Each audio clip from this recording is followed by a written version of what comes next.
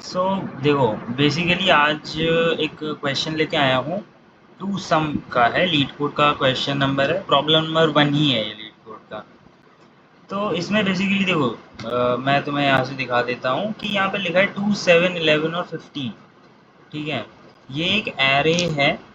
और इसमें बेसिकली बोला है कि जो टारगेट तुम्हें दिया है वो सेम टारगेट, ये जो पर्टिकुलर एरे मिला हुआ है इसमें से कोई भी दो एलिमेंट उठाओ, कोई भी दो एलिमेंट उठाओ। अगर उनको ऐड करके तुम्हारा ये सेम टारगेट आ रहा है तो उन दोनों particular element of that particular array का इंडेक्स उठा के तुम एक नए वेक्टर में डाल के रिटर्न कर दो। वेक्टर में डाल के कर सकते हो, हाँ वेक्टर में ही डाल के रिटर्न करोगे, है ना। क्योंकि यहाँ पे देखो तुम्हें क्वेश्चन में भी दिख जाएगा कि यहाँ पे वेक्टर देखो, बेसिकली यहाँ पे तुम्हें दिख रहा हुआ है कोड लिखा हुआ है ना। हाँ, ये कोड ऑब्वियसली बात है, मैं तुम्हें रन करके दिखा देता हूँ, ये कोड चल जाएगा, है ना, कोई दिक्कत नहीं है इस कोड में, है ना, ये कोड चलेगा।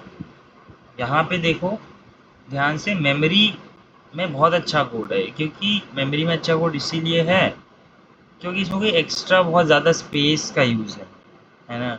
एक ही तुम्हें नमेस मिला था, बस एक आंसर क्रिएट किया जिसके अंदर एलिमेंट फिक्स्ड हैं, दो ही होंगे, तो इसमें बहुत ज़्यादा स्पेस का यूज़ हुआ नहीं।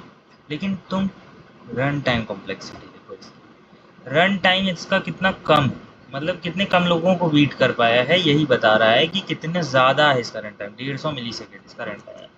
तो भाई हमें नया कोड ढूंढना होगा। देखो बेसिकली इस कोड में मैंने क्या किया, मैं तुमको पहले यही समझा देता हूँ।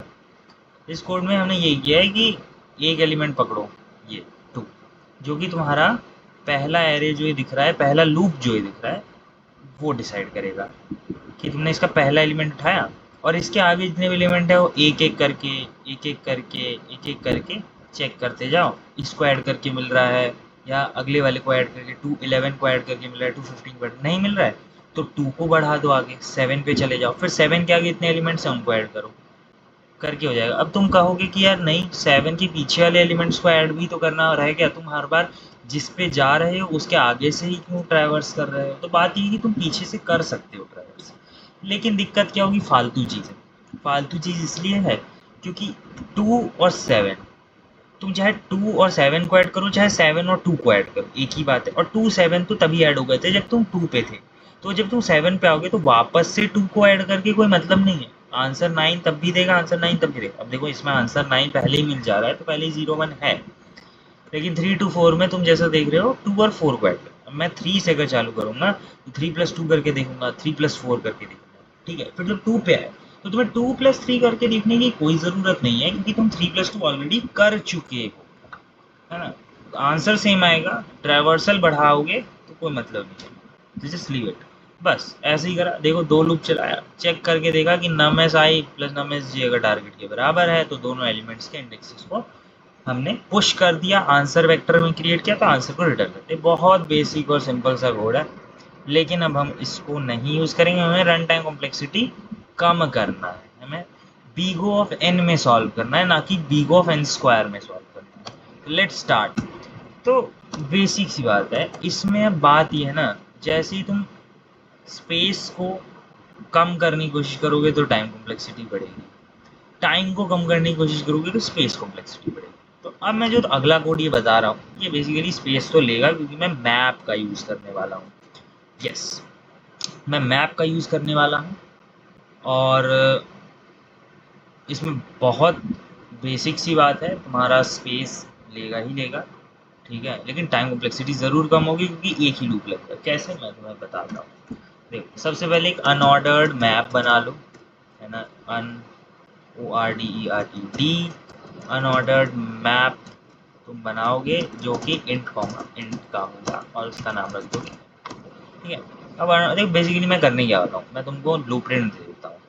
मैं क्या करूँगा कि मैंने ये मैप बना लिया है, ठीक है, जिसके अंदर की भी इंट का है और वैल्यू भी इंट का है, सीधी सी बात है। 2, मैं 2 उठाऊँगा, मैं 2 को लूप में रखूँगा, मतलब 2 पे आ गया, बाय लूप में 2 पे आया, ठीक है। और मैं उसके अंदर एक कॉम्प्लीमेंट नाम का इंटीजर क्रिएट करूँगा जो कि सिर्फ और सिर्फ ये चेक करेगा, चेक भी नहीं करेगा, एक नंबर स्टोर करेगा। वो क्या स्टोर करेगा, टारगेट माइनस जिस पर्टिकुलर एरे एलिमेंट पे वो है। तो पर्टिकुलर कॉम्प्लीमेंट बता देगा कि अब कितना ऐड करना बचा है।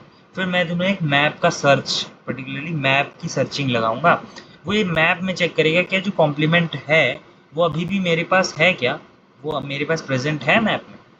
अगर नहीं होगा तो वो बाहर आ जाएगा उस इफ चेक के। बाहर जैसे ही आएगा, लूप के अंदर ही रहेगा, इफ चेक के बाहर आएगा, और जैसे ही बाहर आएगा वो सिर्फ उसको ऐड, जो मैं तुम्हें कोड समझा रहा हूँ, लेकिन मैं अगर तुम्हें बेसिक सी बात बताऊँ, मैप अभी खाली है, मैप खाली है। जैसे जैसे वो एक एक एलिमेंट पे ट्रैवर्स करता जाएगा वो अपने मैप के झोले में उस एलिमेंट को और उसके इंडेक्स को स्टोर करता जाएगा। इससे वो जैसे ही आगे बढ़ेगा उसके पास पीछे का रिकॉर्ड रहेगा, पीछे का जैसे ही रिकॉर्ड रहेगा वो पता लगा पाएगा कि हाँ एक एलिमेंट है, क्या पीछे कोई और एलिमेंट है जो ऐड करके टारगेट में आ सकता है। ऐसे करते करते वो बिल्कुल एंड में पहुंच जाएगा, और ऐसा हो ही नहीं सकता एंड पे पहुंचते पहुंचते उसे कोई एलिमेंट ना मिले। और अगर ऐसा है तो एम्प्टी, हमें एम्प्टी वेक्टर रिटर्न कर देना है। बेसिक सी बात है, एम्प्टी वेक्टर तुम देखो ऐसे रिटर्न कर सकते हो, इसके लिए तुम कुछ बनाने की ज़रूरत नहीं है, तुम ऐसे कर दोगे एम्प्टी वेक्टर रिटर्न हो जाता है ना। तो बेसिक सी बात है।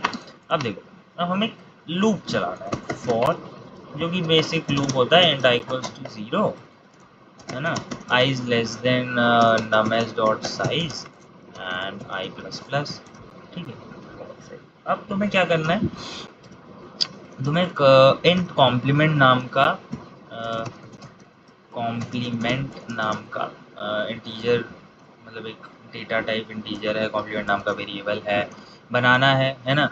और उसके अंदर तुमको क्या डालना है, तुमको बस एक चीज़ माइनस करना है, टारगेट माइनस जो तुम्हारा नमेस आई है, एंड अब तुम्हें इफ चेक लगाना है क्या तुम्हारा, मतलब फाइंड करना बेसिकली ये तुम्हारा होता ही है मैप में, ये तरीका ही होता है अगर तुम्हें मैप में किसी चीज़ को फाइंड करना है। कॉम्प्लीमेंट अगर नहीं इक्वल है, मैं इसका भी तुम्हें मतलब समझा दूंगा, ऐसी बात नहीं है मैं इसका भी मतलब नहीं समझाने वाला। देखो, ये जो इफ चेक लगा है ये बहुत ही अजीब सा दिखता है, स्टार्टिंग में मेरे को भी बहुत अजीब लगा था, पर इसका मतलब देखो क्या। अब तुम कहोगे कि सर नॉट इक्वल टू लगा दिया है यहाँ पे, तो हम नॉट इक्वल टू चेक करो, इक्वल टू क्यों नहीं चेक करें। नहीं, ये लाइन बेसिकली ये कहता है एंड तक अगर पहुंच गया है और फिर भी उसके बराबर नहीं है जो तुम मैप में ढूंढ रहे थे, तो तुम्हारा इफ का मतलब ही नहीं बनता है। एंड तक पहुंच गया, not equal to MP and, इसका मतलब है सर्च करते करते अगर वो एंड तक नहीं पहुंच पाया, यानी कि उसे रास्ते में मिल गया है एलिमेंट, मिल गया है तो इफ के अंदर है। अगर वो एंड पे चला गया, इक्वल टू एंड हो गया, तो इसका मतलब उसको एलिमेंट मिल ही नहीं पाया, इसलिए वो ट्रैवर्स पूरा कर चुका, उसे नहीं मिला, इसलिए वो इफ के अंदर नहीं चला। इसका मैप का सर्चिंग का ये तरीका कॉमन है, यही मतलब होता है इसका। तो आप, हमें नहीं मिला, नहीं हमें मिल गया है, इसका मतलब जैसे ही मैं नहीं लगाया हमें मिल गया, इसका मतलब मिल गया है तो हमें कुछ नहीं करना है, रिटर्न कर देना है क्या, हमें रिटर्न कर देना है दो वैल्यू, क्या क्या, हमें रिटर्न कर देना है एम पी कॉम्प्लीमेंट की स्पेलिंग जो मैंने लिखी थी वही लिखना सबसे ज़्यादा ज़रूरी है, तो ये ई मैं हटा दूंगा। और दूसरा मुझे रिटर्न करना है नमस आई, नहीं आई।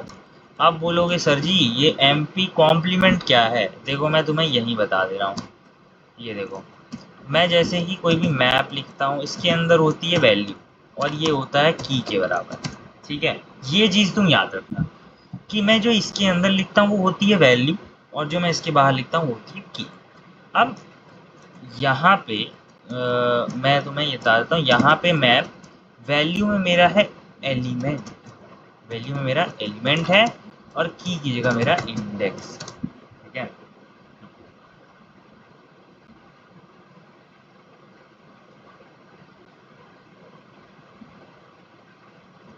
अब तुम्हें समझ आ गया होगा कि कैसे कैसे होता है। Return M P complement I, ठीक है, लेकिन इफ चेक के बाद भी तुम्हें एक चीज़ करना होगा, क्या, एम पी जो भी तुम्हारा नमेस आई है ना, वो तुम डालोगे वैल्यू में, और जो भी इसका की है वो तुम डालोगे मैप के इसमें। ये तुम डालते रहोगे, भाई मैं कह रहा था ना कि पीछे पीछे स्टोर करते रहना है, वो ऐसे ही स्टोर हो रहा है, वो लूप में ही स्टोर हो रहा है, लूप में ही चेक हो रहा है, सब एक ही में हो रहा है। और एंड में मैंने तुम्हें क्या बताया, अगर नहीं मिला तो क्या रिटर्न कर दोगे, एम्प्टी वेक्टर। वो कैसे रिटर्न करोगे, लाइक दिस, ठीक है। अब तुम एक बार इसे रन करके देखो। मैं नहीं कह रहा कि मेरा कोड पूरा सही होगा, मुझे भी नहीं पता मेरा कोड पूरा सही होगा कि नहीं होगा। मुझे बेसिक मैप का कॉन्सेप्ट पता था, मैंने तुम्हारे सामने ट्राई किया है। नहीं रन होगा, हम एरर चेक करेंगे। आया, आया एरर। कहाँ आया? रिटर्न एमपी कॉम्प्लीमेंट करके कुछ आया है। तो क्या आ रहा है? शायद मेरे हिसाब से ब्रैकेट की दिक्कत है, क्योंकि ये होना चाहिए तुम्हारा कर्ली ब्रेसेस में, क्योंकि तुम वेक्टर रिटर्न कर रहे हो। आई थिंक सो एरर यही होनी है। Let's see if I am not wrong. Let's see if I am not wrong. If I am wrong then I will also correct. I am also student, right? मैं कोई भगवान नहीं हूँ। And सी, हाँ, यही एरर था। अभी रन हो गया है, पता नहीं सबमिट हो गया, क्योंकि कई बार टेस्ट केसेस होते हैं जो पास नहीं करते हैं। ये 3 थे, पास हो गए, नो प्रॉब्लम एट ऑल।